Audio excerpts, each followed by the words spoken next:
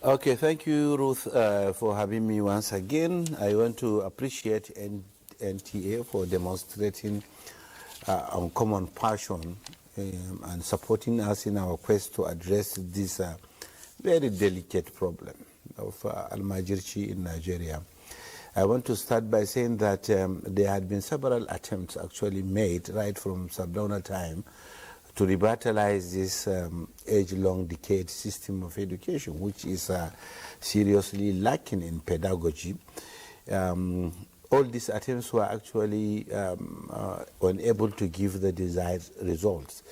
More than 500 literatures about Almajiri system of education and its reforms have been so far published without any cogent and verifiable evidence of success that was made by those literatures. So we felt that now that we have a very serious political will on the part of His Excellency President, who is passionate and dedicated about the revitalization of the Almajiri system of education, and again the issue of out-of-school children. Yeah. All these two issues are actually giving us a serious nightmare, because hypothesis has shown that Almajiri is now in the increase.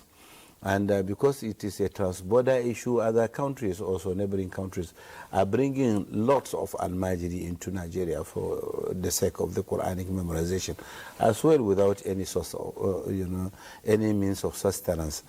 On the other hand, you also have out-of-school children. UNICEF is saying that we have about 18.3 million, and that is placing Nigeria, second globally. Yeah. It doesn't make us any proud, but it is actually not giving us the opportunity to raise up our head tall in the face of other committee of nations when it comes to issue of education. So His Excellency felt that we actually have to face this problem. We have to address this problem, especially now that we are faced with a number of insecurity issues. Talk about Boko Haram, banditry, whatsoever. So Almajiri and out-of-school children have so far constituted a sufficient pool for recruitment by those people. So we felt that whatever we should do, it should also be uncommon, because when you continue to repeat the same thing the same way, you will actually arrive at the same result. I was able to read probably 80% of those literatures written. I was able to review them. And I understand that one of the reasons why this problem keeps persisting is because someone who is seated in Abuja is trying to address this problem using his God-given cognitive. And we felt that actually that is not the best way to approach this problem. If you want to address this problem, you have to bring the Islamic scholars together. You have to bring them to sit with you, to discuss with you. You have to have a heart-to-heart discussion, an open discussion, where all issues will be put on table, diagnose them. These what people assume is our religious doctrine, because some people are also of the belief that to send your child for begging, that is fetching you more reward in the day of judgment. We were able to tell them that. So we had a very serious retreat. We were assisted with, by the NSA, who graciously, supported us and gave us his office.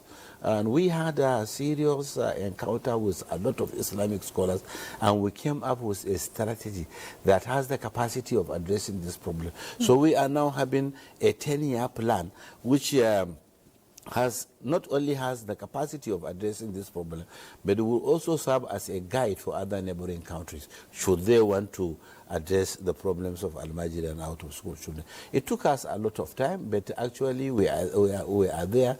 If you want to address this problem, you actually have to close the tap. Well, you cannot just be doing things while people are still, giving birth to Almajiri and they are still sending them to the street. Sure. So you have to close it from the tap so that there will be no more water, flowing. Otherwise, you will be working in vain. And that was why we also went to, the Lectured Governors Forum to discuss with them, to address them. to say that, please, unless you are also in the same tune with us, we will not be able to address this problem. Those outcomes are actually giving us a leeway and the confidence that we are on the verge of addressing this problem. Okay. And very soon, Ruth, you will be happy to go from Abuja to Maiduguri to Kano without seeing one single child on the street. You know, I grew up in Kano, so I know the system, you know, Yes. seeing these children. But let's hear from Rashida. And that will be quite interesting. Yes. Not seeing them on the street. Yes. I want to take you back a bit. We talk about the inter-border migration of Almajiri into Nigeria, and you still mentioned the engagement at the Lake Chad Basin. I want you to expatiate a bit on that. How do we intend, how are the other countries collaborating with us to address these menace? Yes, what we told them then when we met them that, look, children from Cameroon and children from Chad and children from Niger are coming. And then nobody is actually taking count of those children. The parents of the neighboring, areas are also having the same understanding of misperception of the true, exegesis of some verses of the Holy Quran. So should we come together, adopt a common strategy and accept to come up with a template that will not only speak the Nigerian version, but will also take into cognizance the Cameroonian and the Chadian version. That all the governors should agree to come up with a mechanism that will check those children that are infiltrating, our borders. Anybody that is coming from Nigeria to Cameroon, is coming from Cameroon to Nigeria, should be registered, should be known. And the man to whom he is going should also be known. We should have the data of this man. And we should also know whether the parents have actually sent this child. Arrangement with the malam for his feeding and his welfare. Yes, actually accompanying this child with the requirement for this child to live in a state other than his own state.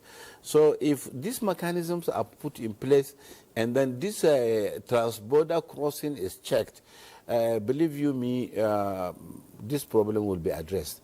The other issue is when also people keep on saying that, let us feed these children, Almajiri, and then for you to address this problem, you have to feed them. That, to me, is actually misunderstanding, because you have about 30 million, according to the unverified data of Almajiri. Nobody has the power and the resources to feed the 30 million. More so that, yes, more so that if you say you are going to feed Almajiri, that means you are now allowing other people to keep, producing. Yes. Because someone is taking charge of them. Yes. So what we will do is let them come. The legislatures, from all these countries, they have to come together and promulgate a law that will now criminalize anybody that is taking his son outside the shops of his town within a bracket or year bracket that is unacceptable. That person should be criminalized. So if you want to train your child, you should train him, in the same village where you are.